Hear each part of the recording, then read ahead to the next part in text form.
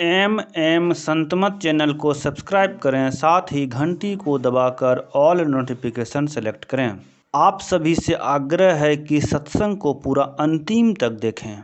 श्री सद्गुरु महाराज की जय। श्री सद्गुरु महाराज की जय।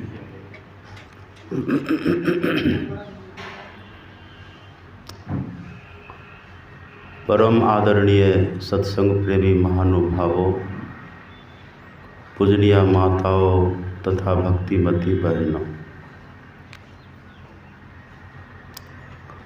अभी उपनिषद का पाठ हुआ। मैत्रेय उपनिषद का पाठ आप लोगों ने सुना है।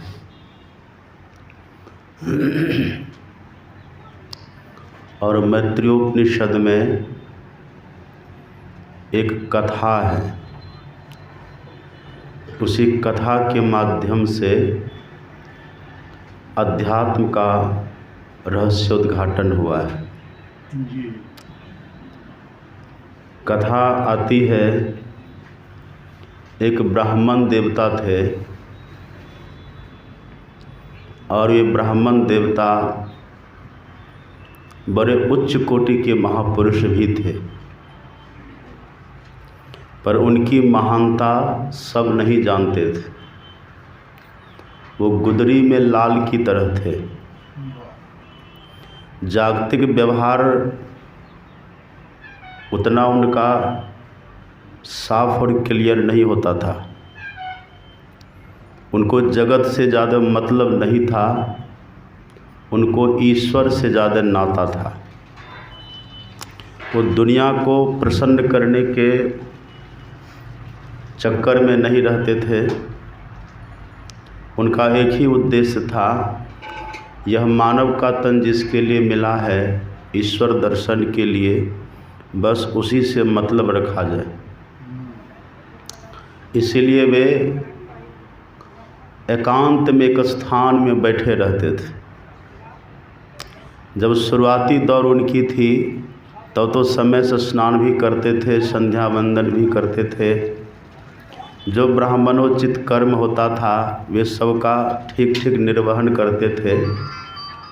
लेकिन बाद में जब उनकी साधना प्रगाढ़ हुई, जब उनकी साधना पगी तो उनका सब नियम, जो जागतिक नियम है, शौच का, स्नान का, संध्या वंदन का, सब नियम से अलग हो गया। सब नियम में बंध करके नहीं रहा। उनकी पत्नी थी, बड़ी पतिपरायणा थी, ब्राह्मणी थी, पतिपरायणा थी। वो जब भी अड़ोस पड़ोस में जाए तो पड़ोसन कहती थी, कैसा आपका पति हो गया और पहले कैसे थे। पहले पर नियम से चलते थे, उनका सब समय बंधा रहता था। कब कौन सा कर्म करना है, कब कौन सा व्यवहार करना है, सब उनकी नियमावली बिल्कुल दुरुस्त थी। लेकिन इधर उनको क्या हो गया है, वो बिल्कुल ही दुनिया से अलग थलग हो गए, नियम निष्ठा से बिल्कुल बेखबर हो गए। अब आपके पति ऐसे हो गए, न तो समय से स्नान करते हैं, न तो संध्या वंदन करते हैं, न तो अतिथि सत्कार करते हैं, न तो बड़ों के सम्मान के लिए आगे बढ़ते हैं। आखिर आपके पतिदेव को हो क्या गया है? ऐसा आखिर वे क्यों कर रहे हैं? उनकी पत्नी को भी परेशानी थी। पत्नी भी समझती थी कि बात तो सत्य कह रही हैं ये। मेरे पतिदेव पहले जैसे थे, कितना स्वच्छ वस्त्र पहनते थे ये, कितना स्वच्छ वस्त्र पहनते थे। घर को, आंगन को, दरवाज़ा को कितना स्वच्छ रखा करते थे। अतिथि को देवता की तरह मानते थे। प्रतिदिन सूर्योदय के पूर्व ही स्नान कर लिया करते थे। लेकिन अब तो इनका सारा नियम ही बिगड़ गया है। कहीं इनके मस्तिष्क में कुछ हो तो नहीं गया। बेचारी वो भी परेशान रहती थी। जब पड़ोसन ने बहुत कहा तो पति के पास जाती और अपनी सारी समस्या सुनाती। पतिदेव आप समय से जगिए, समय से उठिए और समय से स्नान करिए, संध्या वंदन करिए, घर का सारा गृह कार्य जो होना चाहिए उसको करिए। अतिथि आते हैं, अभ्यागत आते हैं अपने यहाँ, उनका भी सेवा सत्कार होना चाहिए, दूसरा कोई करने वाला है नहीं। आप देखिए, पर वे मौन रहते थे, कुछ नहीं बोलते थे। मानो वे कह रहे थे, हमें है काम ईश्वर से, जगत रूठे तो रूठन दे। कितने पर्व बीत गए उनके, कितने त्यौहार बीत गए, कितनी दीपावलियाँ बीती, कितने दुर्गा पूजा बीत गए, कितने छठ बीत गए, सब पर्व बीत गया, सब त्यौहार बीत गया, कितने अतिथि आए गए, पर उनको किसी से कोई मतलब नहीं रहा। दीपावली मनाना है तुम मनाओ, मैं तो भीतर मछली दीपावली मना रहा हूँ। दुर्गा पूजा करना है तुम करो देवी, मैं तो असली दुर्गा पूजा मना रहा हूँ। छठ पूजा करना है, जाओ तुम ठंडी में जल में खड़ा होकर के सूर्य को अर्घ दो। ये तो जड़ सूर्य है और मैं तो असली सूर्य को अर्घ दे रहा हूँ, मैं तो असली छठ पूजा कर रहा हूँ। दुनिया से बिल्कुल बेखबर। पत्नी परेशान रहने लग गई कि आखिर इनको हो क्या गया है।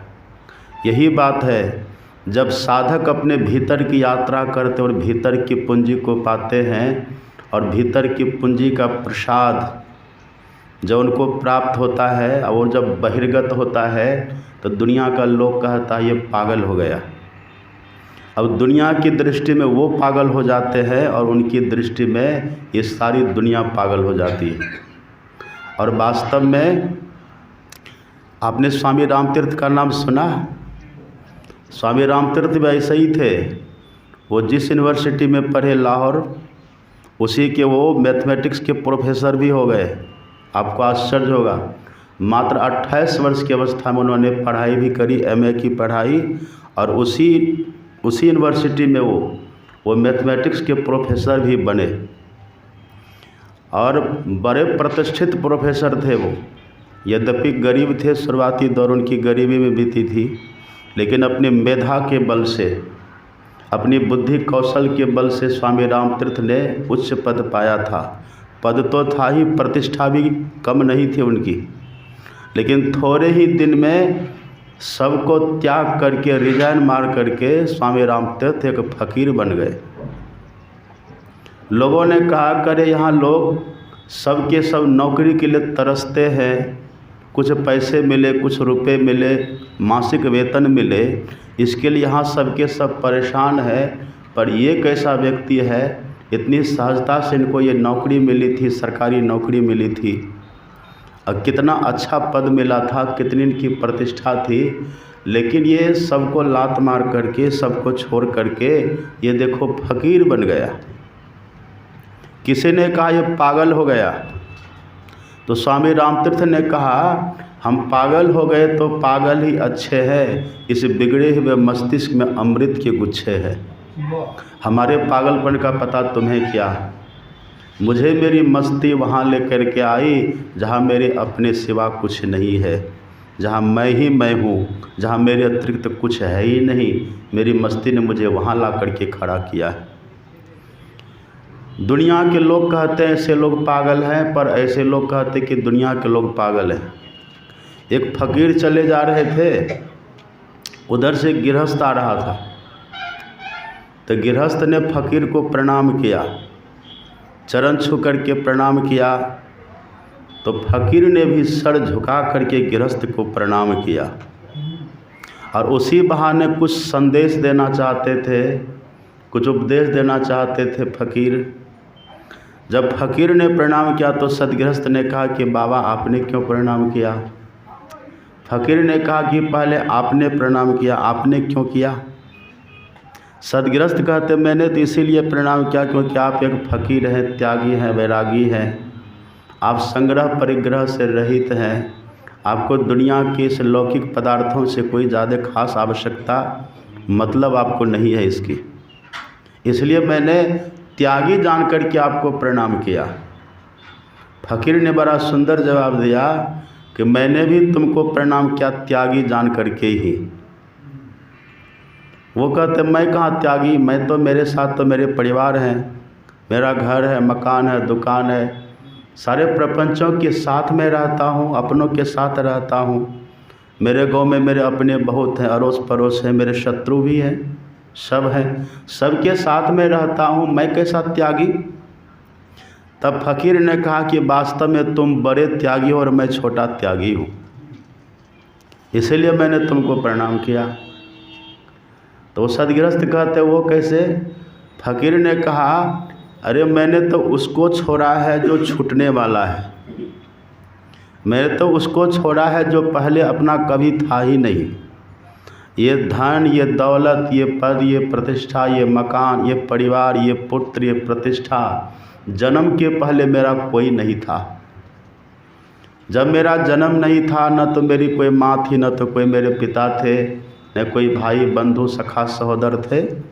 जन्म के पहले न तो अपना कोई निजी मकान था मेरा, न तो मेरी ज़मीनें थी, कोई जायदाद था मेरा, कुछ भी नहीं था। जन्म लिया, अब ये मिला था, अब मर जाता तो फिर सब छूट जाता, मरने के बाद ही तो कुछ नहीं रहता। बहुत धन होता तो धरती पर ही रहेगा, परिवार पत्नी होती तो शमशान तक जाती अथवा दरवाजे तक जाती, सब तो यही छूट जाता, पशुशाला में बंधा रह जाता, शरीर भी जा कर के चिता में जल करके या फिर धरती में गल करके दफन हो जाता। इससे ज़्यादा और क्या हो सकता था? तो जो ये छूटने वाला था, छूटने वालों को मैंने छोड़ा है। जिसको मैं न छोड़ता तब भी छूट जाता, मैंने तो उसको छोड़ा है, लेकिन तूने तो उसको छोड़ा है जो तेरा साथ कभी छोड़ता ही नहीं है। तूने उसको छोड़ा है जो जन्म के पहले भी तुम्हारे साथ था, अभी भी तेरे साथ है, और जब सब तुम्हारा साथ छोड़ेगा तब भी जो तुम्हारे साथ रहेंगे, तूने तो उनको त्यागा है, तूने तो उसको छोड़ा है। अब बता, बड़ा त्यागी तू कि बड़ा त्यागी मैं? अरे तूने ईश्वर को छोड़ा है, मैंने संसार को छोड़ा है। आज तक संसार किसी का हुआ नहीं और ईश्वर ने आज तक किसी को छोड़ा नहीं, पर तुम कैसे नादान हो, तूने ईश्वर को छोड़ा है। यही जान करके मैंने तुझे प्रणाम किया है। वो बेचारे सदगृहस्थ शर्म के मारे उनका सर लज्जा से झुक गया।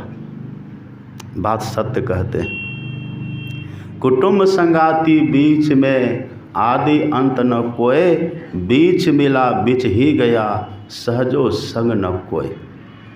जो संग में रहने वाले नहीं हैं, हम उनकी प्रसन्नता के लिए क्या नहीं करते हैं, उनको खुश करने के लिए हम क्या नहीं करते हैं।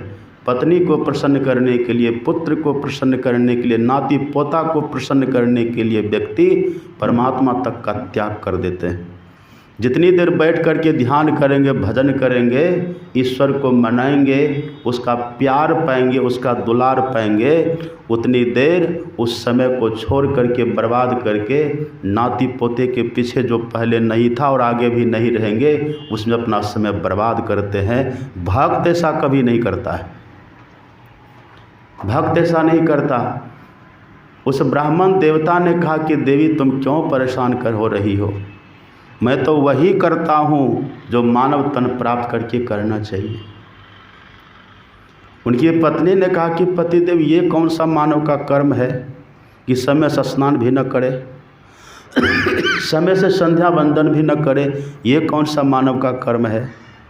पतिदेव ये कौन सा मानव का कर्म है कि व्यक्ति अतिथि का भी सत्कार न करे, ये कौन सा है? उस ब्राह्मण देवता ने कहा कि देवी अब तक तो मैंने शरीर को नहलाया था, बहुत नहलाया शरीर को, पर शरीर को नहलाने के बाद भी न भीतर से काम गया, न क्रोध गया, न लोभ गया, न ईर्ष्या गई, न द्वेष गया, न मोह गया, खड विकार नहीं गया। देवी विषयों की मार खाता रहा, बहुत नहलाया तन को नहलाते नहलाते बहुत समय बीता देवी, लेकिन अंतःकरण नहीं धुला।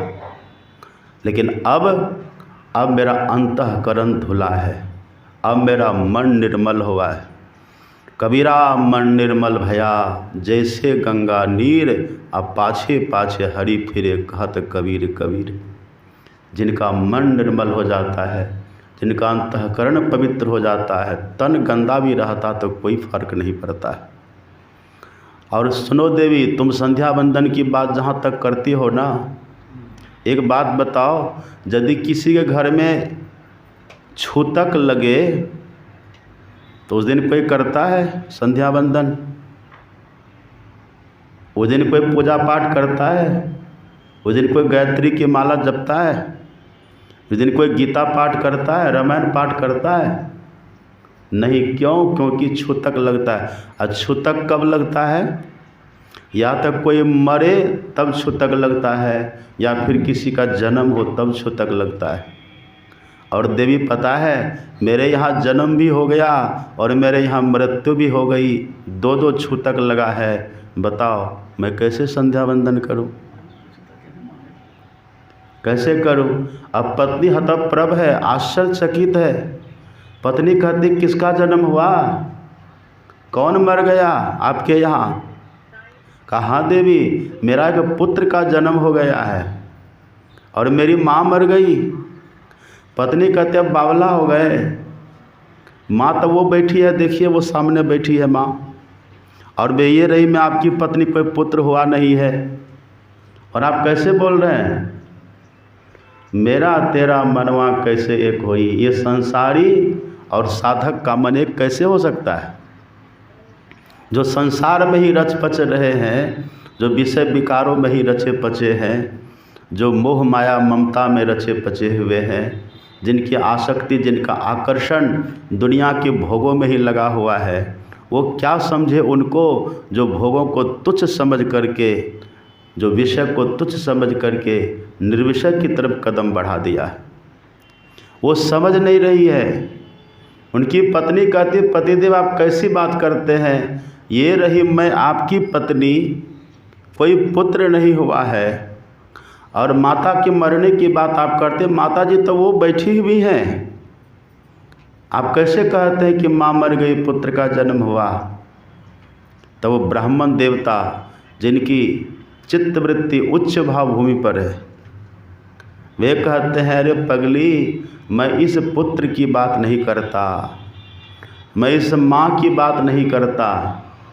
ये माँ तो अब मिली है और छूट जाएगी, या तो मैं माँ को छोड़ूंगी या तो माँ मुझे छोड़ेगी। ये तो बहुत इस तरह की बहुत माएँ मिली हैं, इस तरह का बहुत पुत्र मिला है, लेकिन एक वो माँ, जैसे इस माँ से सुत का जन्म होता है, ऐसे एक माँ है जिससे शूल का जन्म होता है। वो कौन सी माँ है? पढ़िए, रामायण में लिखा हुआ है, तुलसीदास जी लिखते हैं, मोह सकल व्याधिन कर मूला, तिनते पुनि उपजहि बहु सूला। इस माँ से सुत का जन्म होता है, पुत्र का, सुत का जन्म होता है, लेकिन एक मोहमयी माता है जिससे शूल का जन्म होता है। मोह सकल व्याधिन कर मूला, तिनते पुनि उपजहि बहु सूला। काम बात कफ लोभ अपारा, क्रोध पित्त नित छाती जारा। प्रीति करे जो तीनों भाई, उपजहि सन्निपात दुखदाई। सन्निपात किसको कहते हैं? जब कफ बात और पित्त तीनों बराबर होता है तो टाइफाइड होता है कि नहीं? पता नहीं, टाइफाइड और सन्निपात अलग अलग होगा। सन्निपात से बड़ा दुख होता है, बड़ी पीड़ा होती है। सबकी जड़ में मोह है।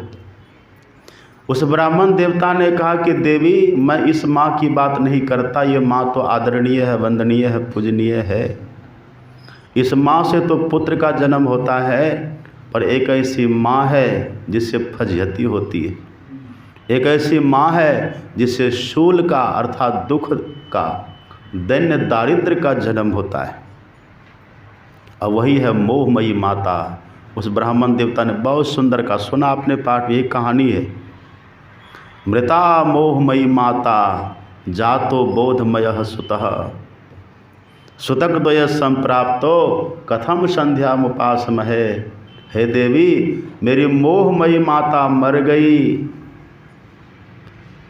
मोहमयी माता मर गई है और बोधमय पुत्र का जन्म हो गया है, ज्ञानमय पुत्र का जन्म हो गया है, ज्ञान रूपी संतान का जन्म हुआ है।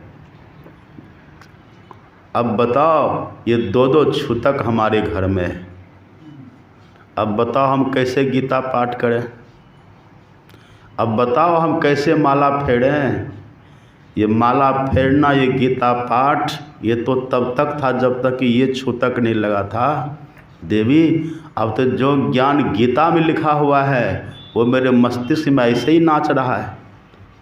जो ज्ञान अन्य पोथी पुराणों में लिखा हुआ है वो ज्ञान तो मेरी वृत्ति का अनुगामी हो गया है।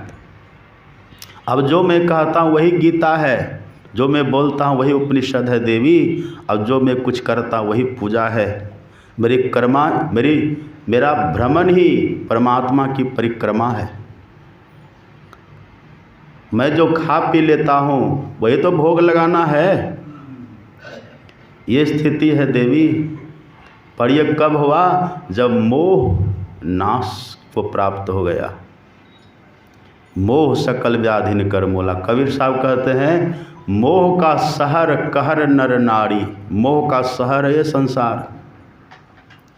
मोह का शहर कहर नर नारी, दुई फाटक घनघोर। कुमति नायक फाटक रोके पड़िहो, कठिन झिझोर। मुसाफिर जइहो कोनी ओर।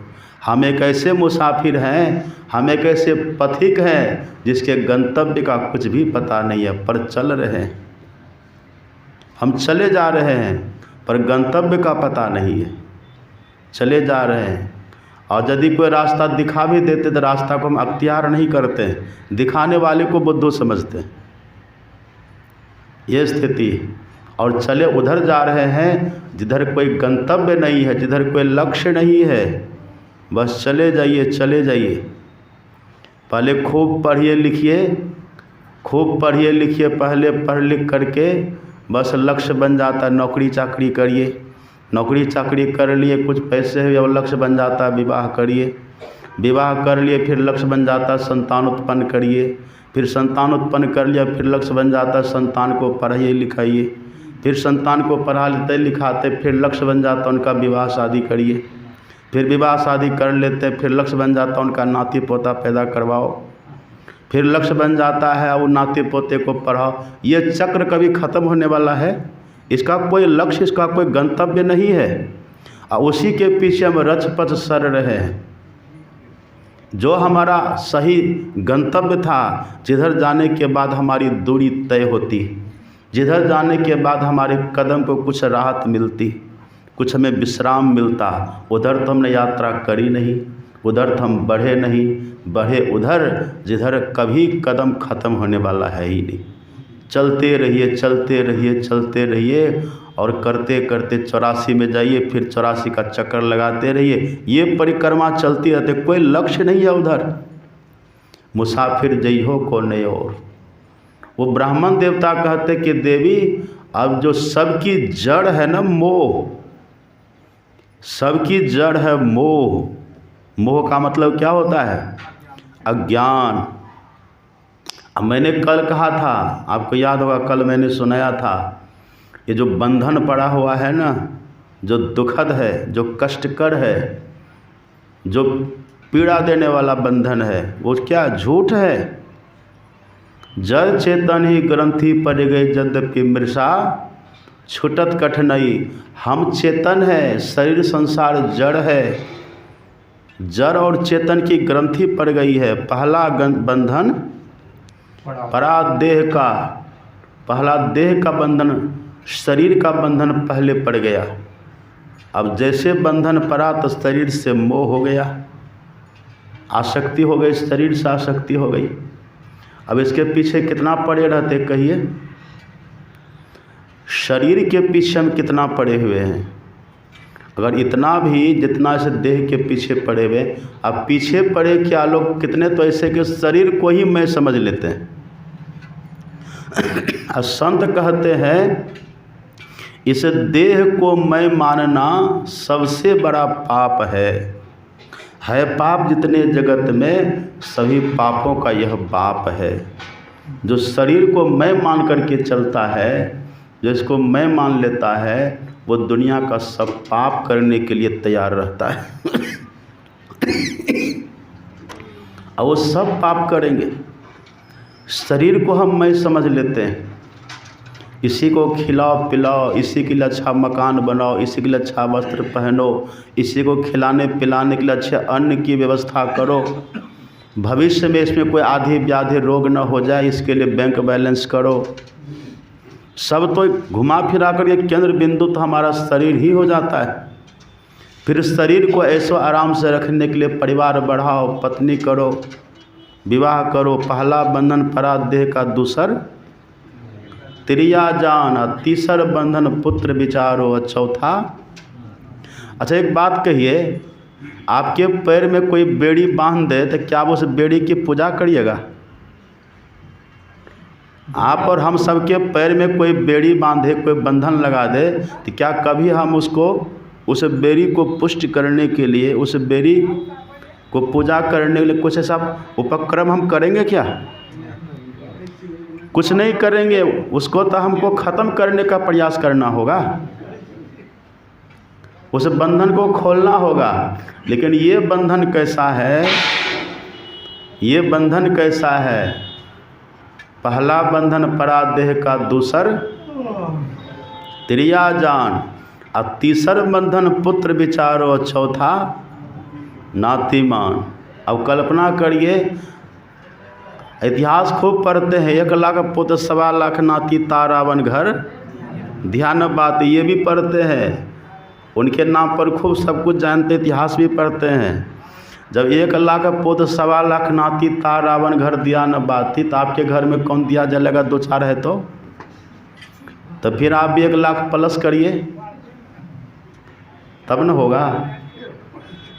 ये स्थिति है, ये सबकी स्थिति है, हमारी भी वही स्थिति है। हम भी कहते अब यहाँ गौशाला बन गई गोड्डा में, अब चलो देवघर में एक आश्रम बनाते हैं, वहाँ हमको 55 डिसमिल ज़मीन दान दिया है एयरपोर्ट के बगल में। अब वो कह रहा है कि जल्दी आइए, फ़ोन पर फ़ोन आता है, यहाँ कुछ करिए। अब फिर जाकर वहाँ भी हम दिमाग खपाएंगे। हरिद्वार में उधर अभी फ़ोन आया, हम यहीं आने के लिए तैयार थे, हरिद्वार से आ गया फ़ोन, आधा घंटा उसमें लटके रहे। वहाँ भी आश्रम है। अब कहिए, अपना भीतर हमारे गुरु महाराज जी कहते हैं, आरती तन मंदिर में कीजिए। हम ये बाहर के मंदिर के चक्कर में पड़े हुए हैं। शरीर ही अपना मंदिर है, शरीर ही अपना घर है। कबीर साहब कहते शरीर ही अपना घर है, हमारे गुरु महाराज जी कहते शरीर ही अपना मंदिर है। पर अपने मंदिर को हम कुछ सजा समार नहीं करके ये बाहर के मंदिर के पीछे लगे हुए। हाँ, इसमें थोड़ा सा राज और रहस्य ये है, इसमें यह है कि मंदिर बनाना उतना खराब नहीं माना जाता है, क्योंकि बाबा साहब ने कहा था जहाँ कम से कम 7 सत्संगी हो वहाँ एक सत्संग मंदिर बन जाना चाहिए। यह है ना जी। और सदगुरु महाराज जी का प्रवचन आप पढ़िए, उनके हर एक प्रवचन में गाँव की चर्चा है लगभग। आप उनका प्रवचन पढ़ेंगे ना तो अंतिम आपको 3-4 बातें लगभग हर प्रवचन में मिलेगी। एक तो माता पिता की सेवा करिए, ये बातें मिलेगी।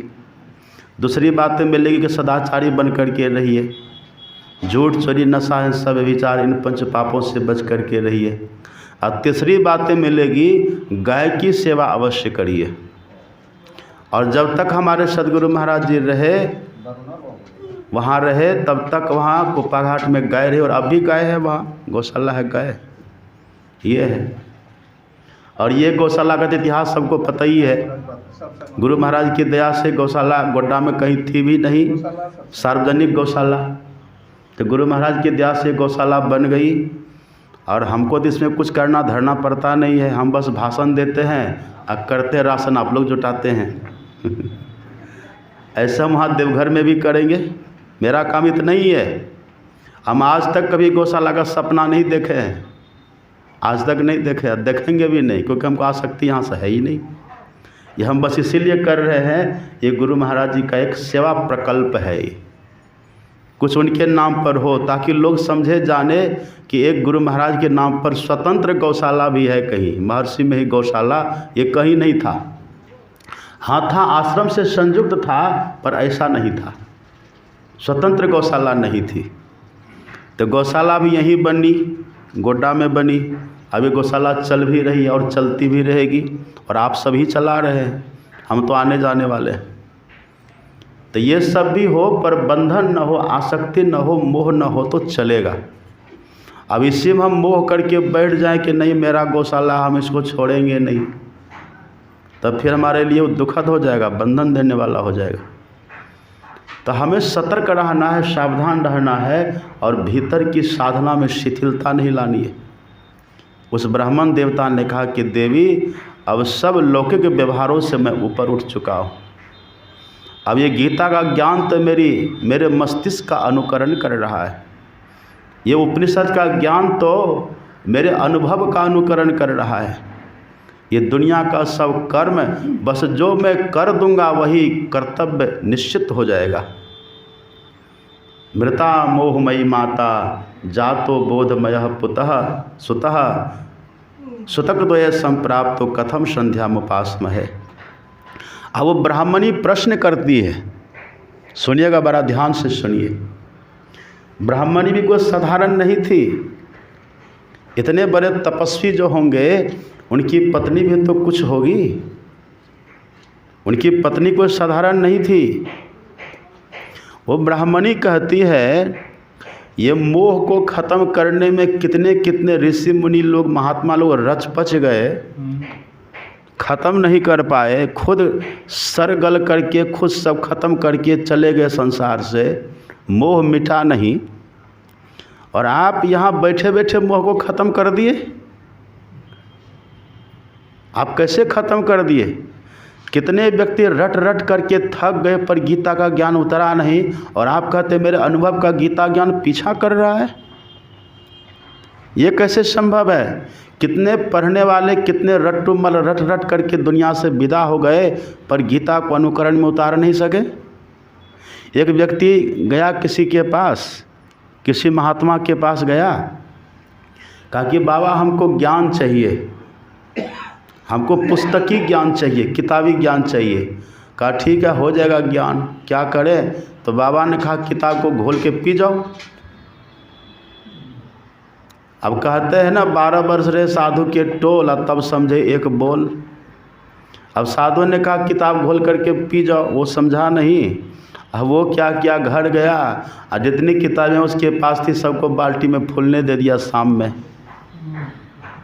सुबह तक में सब फूल गया और सवेरे सबको मत करके मिश्री मिला करके गटक गटक पी गया। गया महात्मा के पास, बाबा ज्ञान कहाँ हो? आपने कहा था पुस्तक घोल करके पी जाओ, मैं तो पी गया, पर ज्ञान तो आने उल्टे पेट खराब हो गया, दस्त पर दस्त आ रहा है। कहा दस्त तो आएगा ही, कबीर का गाया गावे तो गजब का धक्का खावे, और कबीर का गाया बूझे तो तीनों लोग सूझे। 12 बरस रहे साधु के टोल तब समझे एक बोल, खग की भाषा खग ही जाने, तूने मेरी बात को समझा नहीं। विवेकानंद जी महाराज कहते थे, उनसे किसी ने पूछा इतना ज्ञान आपको कैसे हो गया? और आप जानते हैं ना विवेकानंद जी के लिए उनको विदेशों में लोग कहते थे he is learned beyond learning, ये विद्या के परे का विद्वान है, कहते थे स्वामी राम विवेकानंद जी महाराज के लिए। तो पूछा इतना ज्ञान आपको कैसे मिला? स्वामी विवेकानंद जी महाराज ने कहा तुम्हारा मस्तिष्क अछोर पुस्तकालय है,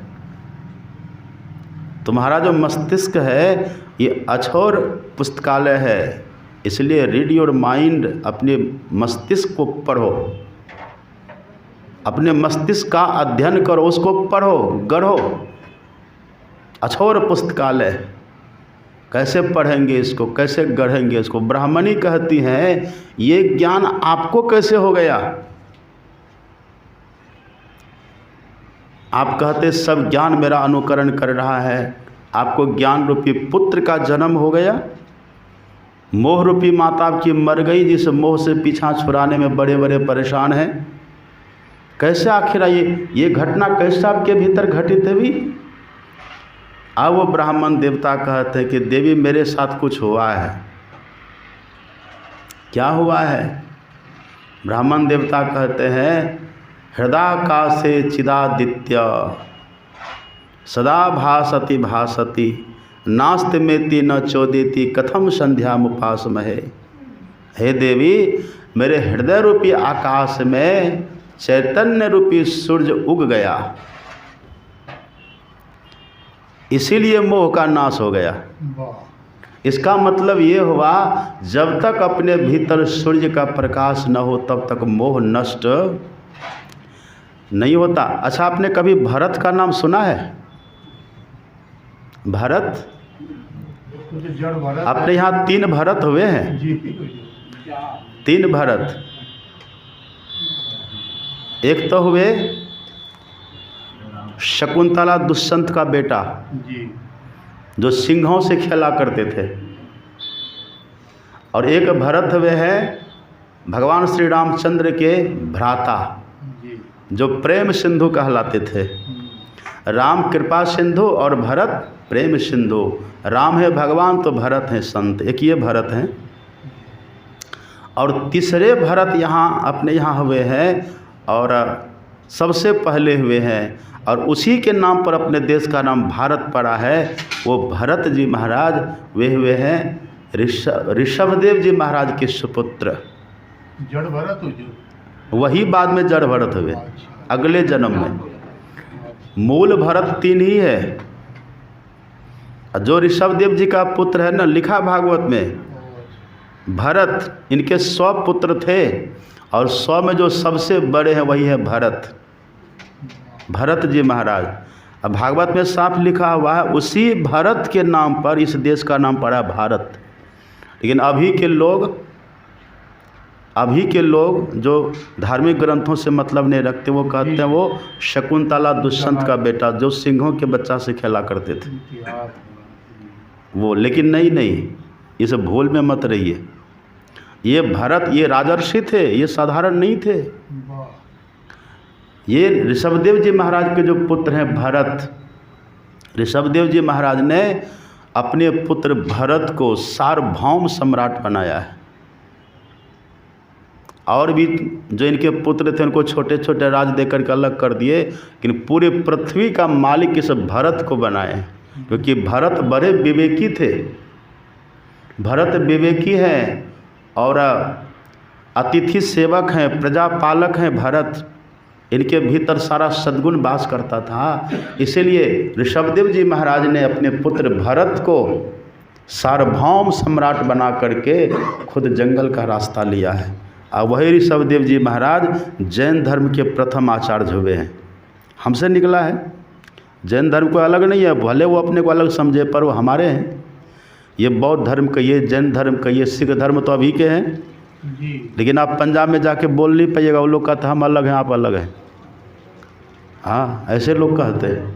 और जब कोई संकट आता है ना, जब कोई आक्रमण होता है, संकट आता है, तब विवश होकर कहता नहीं पहले हम हिंदू हैं और उसके बाद कुछ है। ये सब तो हमसे निकले हुए हैं। तो ये भरत जी महाराज, आप पढ़ेंगे उनका इतिहास, इन्होंने विश्वकर्मा की पुत्री से विवाह किया है। कई इनकी संतानें हैं भरत जी महाराज की। और जैसे इन्होंने देखा कि अब मेरी युवावस्था बीत रही है और मेरे पुत्र सुयोग्य हो गए हैं, राज चलाने के योग्य हो गए हैं, तो भरत जी ने अपने पिता का अनुगमन किया है। जब मेरे पिताजी मुझे राज देकर के घर में नहीं रहे, तो मुझे भी इस घर में रहने का हक नहीं है। देखिए पहले की परंपरा क्या होती थी, पहले की परंपरा क्या होती थी। अब तो हम सब बात सुना देते, सब बात कह देते हैं और आपको सुनने में मन भी लगता है, लेकिन जब करने का समय आता है तो बड़े प्रेम से कहते हैं बाबा बस 2 दिन की तो बात है, फिर आ जाएंगे। बस 5 दिन की तो बात है, आ जाएंगे। हमारे अरुण बाबू हैं कि नहीं? अब ये फिरार हो गए। यहाँ तो ऐसे रहते जैसे हम पकड़ के जकड़ के रखे हैं, और ज़रा सा ढील वाकर ऐसे भागते हैं, ऐसे भागते हैं जैसे बच्चा। आपने देखा गो घर में जब बच्चा के खेलने का समय होता कैसे भागता है। अब बच्चा का खेल आप देखे, बच्चों का खेल देखे, बच्चों का खेल हमने देखा, हमने खेला भी है। बच्चा लोग क्या करता है, खेल खेलता है, सड़क पर जाएगा वो बालू का भंडारा करता है, बालू का घर बना लेगा, अब बगल में बालू सब दाल बनेगा, बालू का भात बनाएगा, बालू की सब्जी, बालू की चटनी, बालू का पापड़, बालू की घी, सब बालू का। और सब 8-10 बालक मिल कर के वहाँ बैठते हैं। अब उधर माँ कहते रे बेटा आ जाओ, देखो खाने का समय हो गया। माँ अभी भंडारा कर रहा हूँ, अभी भंडारा कर रहा हूँ। अरे बेटा खा ले, आके समय हो गया खाने का, अभी ठहरो पहले ये भंडारा कर लेने दो। अब ये बालक मूर्ख है कि नहीं? खाता है, बनाता है, अब पत्तल भी चलाता है, तब बालू का ही पत्तल चला दिया। अब कहता भात भात राम, भात राम, चला रहा बालू, सबको भात चला दिया। अब फिर ऊपर से कहेगा दाल राम चला रहा बालू, फिर ऊपर से चलेगा सब्जी सब्जी राम बालू, आखिर कहेगा सब्जी राम और सब चला के अभी खाना मत, अभी पापड़ और घी बाकी है। फिर पापड़ चलेगा, पापड़ राम चला रहा बालू, और अंतिम आइटम चलाता है घी राम चला दे, तब कहता खाओ। और खाता कैसे देखा आपने खाते हुए? ऐसे करेगा, ऐसे मारेगा, दाढ़ी तक आता है, बड़ा एम लेता है ढंग से ताकि मुंह में घुसे ना, ऐसे मारता है टुड्डी तक, दाढ़ी तक जाता, वहीं से बालू गिरता है। खा लेता है और खा करके तब दौड़ता है माँ के पास, माँ भोजन दो। माँ कहते वहाँ तो खा लिया है तुम, वहाँ जो खा रहा था भंडारा, अब तुमको नहीं खिलाएंगे। अरे नहीं माँ, वो तो झूठी खेल थी, वो सचमुच का थोड़े न था भंडारा। तो जब सचमुच का भंडारा नहीं था लल्लू, तो फिर वहाँ टाइम क्यों लगाया, समय क्यों बर्बाद किया? अगर उतना समय तो मेरे पास आकर के रहता तो कब का खा लिया होता, तेरा पेट भी भरता, संतुष्टि तृप्ति होती, शक्ति मिल गई होती, फिर तो भी पढ़ता लिखता आगे वाला काम करता। उतना टाइम बर्बाद क्यों किया? छोड़ो माँ, बस भोजन दो, ठीक है लो खाओ। यही हाल है अभी। सब कुछ जान रहे हैं कि वहाँ कुछ मिलने वाला नहीं है, और तब भी चाहते कि नहीं बाबा बस 2 दिन की तो बात है, फिर 21 को हम यही है। तो फिर ये जब आप जान रहे हैं कि गुड़वा गुड़िया शुभ सुपलिया ये मार्ग 84 चलन की, तजदे बुद्धि लड़के यहाँ खेलन की, जब ये बात आप जान ही रहे हैं तो फिर उधर क्या है? लेकिन इतना प्रेम से हमको कहते हैं, अब मन में होता है कि बाबा तो बुद्धू है, कुछ कह के ठग लो। हम भी कहते नहीं ठीक है, जाना भी चाहिए, जाइए लेकिन जल्दी आ जाइएगा। हम जानते नहीं कहेंगे तब भी जाएंगे ये, इससे अच्छा क्यों अपनी प्रतिष्ठा हम गंवा दें? चलिए जाइए। जाते हैं लोग, उधर कुछ मिलने वाला है नहीं, पर हम दौड़ रहे हैं उधर ही। ये भरत जी महाराज कैसे देखिए इनकी परंपरा रही, ये सब कुछ को छोड़ करके जब सब छूटने ही वाला है, अंतहु तो ही तजेंगे पामर तो न तजभीते, जब सब छूटने वाला तो क्यों पकड़े? छोड़ के जाते हैं। अब भारत से वो चले गए नेपाल गए हैं, और नेपाल में गंडकी नदी का किनारा, और वहीं पर पुलह ऋषि का आश्रम, पुलह ऋषि का आश्रम के पास रहते हैं, वहीं पर सत्संग कथा सुनते हैं, और प्रातःकाल जब उठ करके मंत्र जपते हैं। लेकिन अभी तक पुलह ऋषि से दीक्षा भी नहीं लिए, रहते हैं पर दीक्षा नहीं लिए हैं, बस दीक्षा लेने की योजना बन रही है। उतने में एक दिन मृगा का बच्चा, कहानी तो आप सब जानते हैं, सुना है भागवत में। मृगा का बच्चा मिला, और मृगा के बच्चे को अपने कुटी में लाया, उसको साफ़ सफाई करके पाल पोस करके उसको बड़ा किया। अब बड़ा करने के बाद उसमें इतना मोह हो गया कि अब भजन करने का, जप करने का समय है, और वो मृगा को खिला रहा है। ध्यान करने का समय है, वो मृगा से खेल रहा है। अब ध्यान करने का समय है, मृगा कहीं दूर चला गया, आसपास में दिख नहीं रहा है, तब ध्यान करना छोड़ करके मृगा को ढूंढने निकल गया। या फिर ध्यान करने का समय, ध्यान पर बैठे, उधर से मृगा का बच्चा आता है और अपना शरीर उसके शरीर में रगड़ने, घर्षण करने लग जाता है। ये भी उठ करके उसको सहलाने लग जाते हैं। समझिए, सार्वभौम सम्राट जो सबको छोड़े, सबको त्याग किए, अपनों का जिन्होंने त्याग किया है, सबको छोड़ दिया। आज क्या स्थिति है, उनका मोह उस मृगा के बच्चा में हो गया। आज छोड़ा बहुत कुछ। ये ब्राह्मण देवता क्या कहते हैं, देवी मेरा मोह ऐसे ख़त्म नहीं हुआ है। ये मोह को ख़त्म करना ये साधारण बात नहीं है। ये मोह, और आप पढ़ेंगे न रामायण में तो मोह 10 मौली, रावण की संज्ञा मोह से दी गई है। रावण, अब कोई पछाड़ सका था रावण को, कहिए कोई पछाड़ सका? रावण ने इंद्र को कैद में किया, रावण ने शनिश्चर देवता को कैद में किया, रावण ने 3300 करोड़ देवी देवता को कैद में किया। आप जानते हैं कि नहीं? कोई उसके सामने टिकने वाला नहीं था। और राम रावण का युद्ध आप पढ़िए, अगर विभीषण नहीं होते ना तो भगवान भी एक बार परेशान हो गए। भगवान ने देखा करे ये रावण पर मेरा बस चल नहीं रहा, ये रावण तो शक्तिशाली बनता चला जा रहा है। तब विभीषण जी ने भेद बताया है, तब भगवान ने उसका वध किया। ये है मोह 10 मौली। मोह कितना कठिन है देखिए, ये सबको बस में कर लेता है। ब्राह्मण देवता कहते देवी ये मोह ऐसे ख़त्म नहीं होता। वही भरत जी जानते हैं मृगा के मोह में पड़ करके अगले जन्म में मृगा हो गए। अगले जन्म में मृगा की याद में मरे हैं, मोह में मरे भरत जी महाराज, और मर कर के मृगा ही हो गए। लेकिन संस्कार था भजन का, वो मृगा भी मर करके अगला जन्म में फिर मनुष्य बनता है। आंगिरस ब्राह्मण कुल में उसका जन्म हुआ, आंगिरस गोत्र ब्राह्मण कुल में उसका जन्म हुआ है, और वही फिर उन्हीं का नाम जड़ भरत पड़ा है। तो देखिए मोह कहाँ से कहाँ पहुँचा दिया। कितने बड़े राजा महाराजा थे ये, और कितने समर्थ समृद्ध थे ये, लेकिन मोह मृगा बना दिया, मतलब पशु बना दिया, जानवर बना दिया। ये मोह कितना खतरनाक होता है।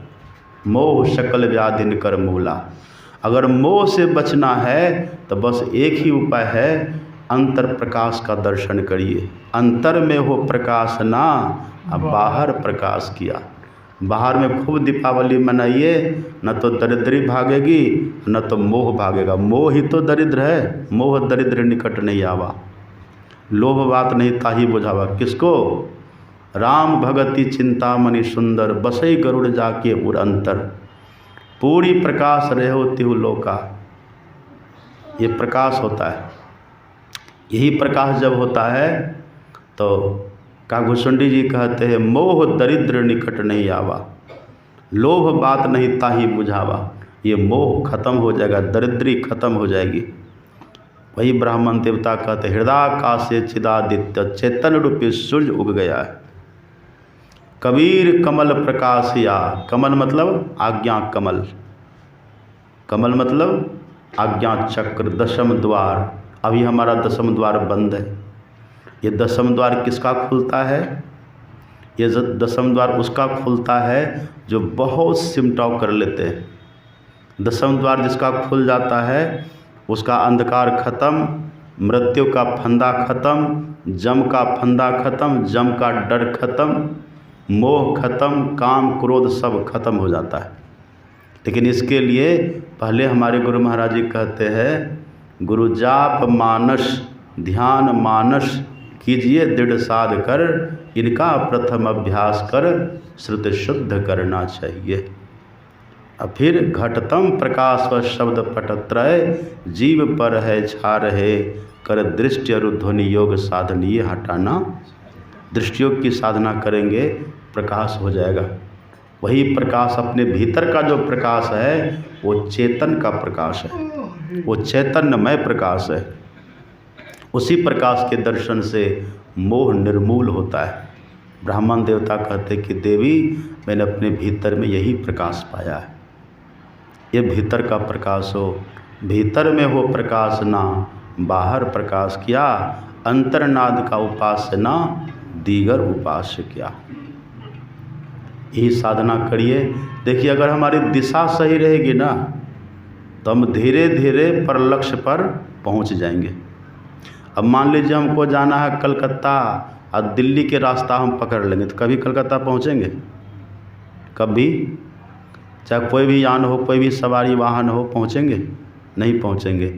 और अगर हम कलकत्ता जा रहे हैं और कलकत्ता के रास्ते पर चढ़ गए हैं तो भले ही धीरे धीरे, आज नहीं तो कल, कल नहीं तो परसों, परसों नहीं तो 1 महीना के बाद, पर हम पहुँचेंगे निश्चित।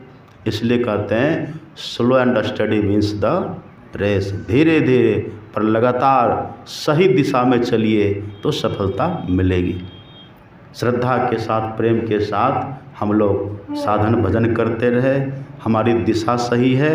हाँ, लेकिन बस थोड़ी लगन हो, थोड़ी श्रद्धा हो, प्रेम हो, करते रहें, हमारा कल्याण सुनिश्चित है। अभी इतना ही, फिर शाम में सुनेंगे। श्री सद्गुरु महाराज की।